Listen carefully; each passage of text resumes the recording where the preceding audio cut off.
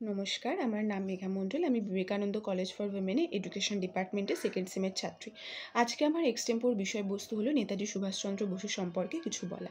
নেতাজি সুভাষচন্দ্র বসু ভারতের এক বীর সন্তান, যিনি জন্মগ্রহণ করেছিলেন 1897 সালের 23শে জানুয়ারি ওড়িশার কটক শহরে। বাবার নাম জানকীনাথ বসু, যিনি পেশায় একজন আইনজীবী মানুষ ছিলেন, এবং মায়ের নাম প্রভাবতী দেবী। তিনি একজন স্নেহশীল মা ছিলেন, যিনি ছোটবেলা থেকে নিজের সন্তানকে ন্যায়নিষ্ঠা আদর্শ শিখিয়েছিলেন।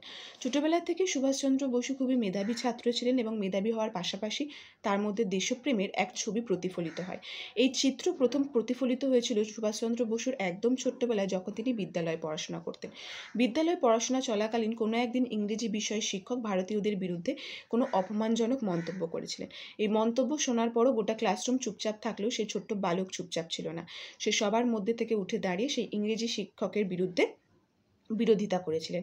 সেই থেকেই বোঝা যায় যে নেতাজি সুভাষচন্দ্র বসু বা এই ছোট্ট বালকটা ভবিষ্যতে গিয়ে ইতিহাসের পাতায় নিজের নাম খোদাই করবে। ধীরে ধীরে নেতাজি সুভাষচন্দ্র বসু বড় হয়ে ওঠেন। নেতাজি সুভাষচন্দ্র বসু যাত্রা শুরু হয়েছিল প্রেসিডেন্সি কলেজে, এবং যাত্রা থেমেছিল বিলেতে গিয়ে তিনি আইসিএসসি পরীক্ষায় 4র্থ স্থান অধিকার করেন। কিন্তু ঠিক সেই সময় তিনি এক যুগান্তকারী সিদ্ধান্ত নিয়ে গোটা ভারতবর্ষকে তাক লাগিয়ে দিয়েছিলেন। তিনি ঘোষণা করেছিলেন যে তিনি ইংরেজ সরকারের অধীনে থেকে কোনো কাজকর্ম করতে চান না।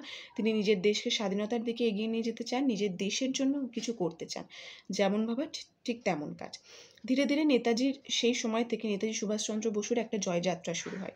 নেতাজি সুভাষচন্দ্র বসু ধীরে ধীরে সমগ্র ব্রিটিশ সাম্রাজ্যের চোখের কাঁটা হয়ে ওঠেন, কারণ ব্রিটিশ সরকার বুঝতে পেরেছিলেন যে এই একটাই মানুষ গোটা সাম্রাজ্য কাঁপিয়ে দেওয়ার জন্য যথেষ্ট। 1941 সালে নেতাজি সুভাষচন্দ্র বসুকে এলগিন রোডের সেই বিখ্যাত বাড়িতে গৃহবন্দী করা হয়। কিন্তু নেতাজি সুভাষচন্দ্র বসু তো বাড়িতে থাকার মানুষ নন, তিনি চুপ থাকারও মানুষ নন।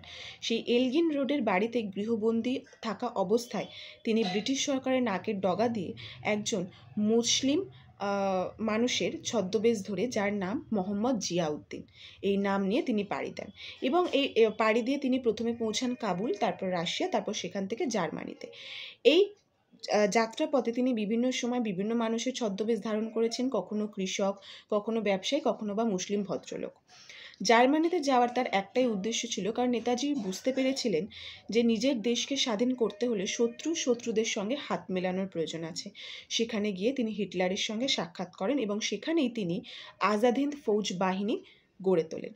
সেই আজাদ হিন্দ ফৌজ বাহিনী থেকেই প্রথমে তাকে নেতাজি বলে ডাকা হয়েছিল। নেতাজি কথার অর্থ হলো প্রকৃত নেতা।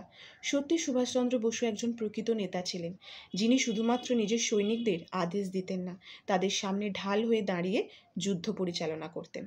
ঠিক তারপরে 1945 সালে একটা খবর ভেসে আসে যে নেতাজি সুভাষচন্দ্র বসু জাপানে তাইহোকো বিমান দুর্ঘটনায় মারা গেছে। যদিও এই ঘটনা বিশ্বাসযোগ্যতার থেকেও বেশি রহস্যময় হয়ে ওঠে, কারণ অনেকে মনে করতেন যে নেতাজি সুভাষচন্দ্র বসু কোনো সন্ন্যাসীর রূপ ধারণ করে ভারতের কোনো কোণে রয়েছেন, আবার অনেকে মনে করতেন যে তিনি অন্য কোনো ছদ্মবেশের রূপ ধারণ করে নিজের জীবন চালিয়ে যাচ্ছেন। যদিও এই ঘটনা এখনও কোনো উত্তর পাওয়া সম্ভব হয়নি, তবে নেতাজি সুভাষচন্দ্র বসু আমাদের সবার কাছে একটা ইমোশন, আমাদের প্রত্যেকটা ভারতীয় বাঙালির কাছে একটা গর্ব। এই বলে আমি আজকে আমার এক্সটেম্পোর বিষয় শেষ করলাম।